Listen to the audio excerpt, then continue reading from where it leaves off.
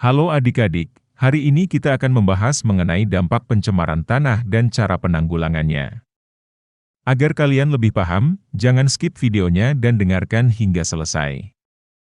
Isu lingkungan terkait pencemaran tanah tidak bisa dipandang sebelah mata karena pencemaran tanah menimbulkan dampak yang berbahaya bagi makhluk hidup dan dapat merusak ekosistem lingkungan. Toksin yang dilepaskan oleh polutan di tanah dapat berinteraksi dengan ekosistem, baik secara langsung maupun tidak langsung. Contohnya polutan tanah yang mencemari air kemudian memengaruhi ekosistem perairan. Berikut ini adalah beberapa dampak pencemaran tanah dari segi kesehatan dan lingkungan. Yang pertama adalah kesehatan. Pencemaran tanah menimbulkan berbagai macam masalah kesehatan pada manusia, di antaranya 1. Kanker. Kebanyakan polutan tanah mengandung zat karsinogenik yang dapat menyebabkan kanker, seperti logam berat. 2. Kerusakan organ, hal ini juga disebabkan oleh zat polutan tanah yang berbahaya. Salah satu contohnya seperti kerusakan ginjal yang disebabkan oleh merkuri. 3. Bioakumulasi. Bioakumulasi dapat terjadi apabila manusia memakan daging atau sayur yang telah terpapar polutan tanah. Kita harus mewaspadai hal ini karena berujung pada penyakit kronis laten atau tidak disadari. Kedua adalah dari segi lingkungan. Efek pencemaran tanah terhadap lingkungan dapat mengakibatkan kerusakan ekosistem.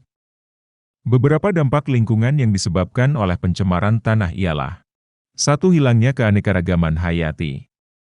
Paparan polutan yang berbahaya dapat mematikan sejumlah jenis tanaman atau hewan sehingga terjadi kelangkaan spesies. Kedua, menurunkan kesuburan tanah. Hilangnya biota-biota atau mikroflora tanah dapat menyebabkan tanah menjadi tidak subur seperti sedia kala. Yang terakhir adalah perubahan struktur tanah. Struktur tanah dapat mengalami perubahan apabila terdapat polutan yang mematikan komponen penting dalam tanah. Setelah kita membahas mengenai pencemaran tanah, mari kita bahas beberapa cara menanggulanginya. Yang pertama adalah menghindari aktivitas pertanian yang berlebihan. Aktivitas pertanian seperti menanam dan pencabutan rumput yang berlebihan dapat mengakibatkan banjir dan erosi tanah. Yang kedua yaitu mengurangi waste footprint manusia. Waste footprint yang kita hasilkan dapat berupa sampah plastik, materi yang sulit terurai, kotoran, dan sebagainya. Materi-materi tersebut dapat terakumulasi di tanah dan menjadi polutan yang berbahaya. Kita dapat mengurangi waste footprint dengan cara melakukan 3R yaitu reuse, reduce, dan recycle.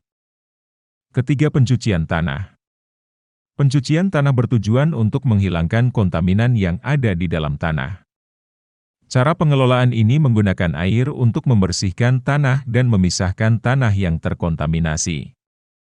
Metode ini memungkinkan manusia untuk mengurangi pencemaran tanpa harus melakukan penggalian tanah. Yang terakhir yaitu bioremediasi. Metode pengelolaan ini menggunakan mikroorganisme untuk mengurangi kontaminan dan mengembalikan kesuburan tanah. Cara ini merupakan pengelolaan pencemaran tanah yang terjadi secara alami. Namun, bioremediasi juga tetap membutuhkan temperatur yang sesuai, nutrisi, dan oksigen di dalam tanah. Aktivitas manusia memang tidak pernah lepas dari adanya pencemaran lingkungan. Tetapi kita bisa mengurangi pencemaran dengan menerapkan gaya hidup yang ramah lingkungan. Terima kasih sudah mendengarkan hingga akhir. Jika ada pertanyaan atau materi yang ingin Kakak bahas, tuliskan saja di kolom komentar dan sampai jumpa di video selanjutnya.